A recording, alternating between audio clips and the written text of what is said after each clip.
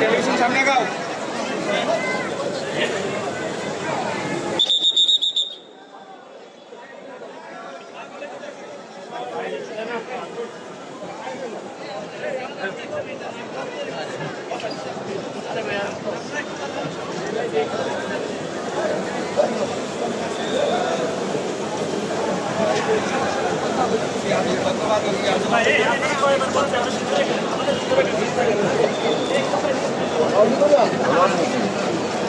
কিছু বলেন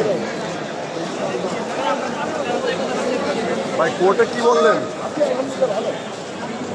ভালো বলছে আমাদের কোর্ট নিয়ে আসছে ভাই।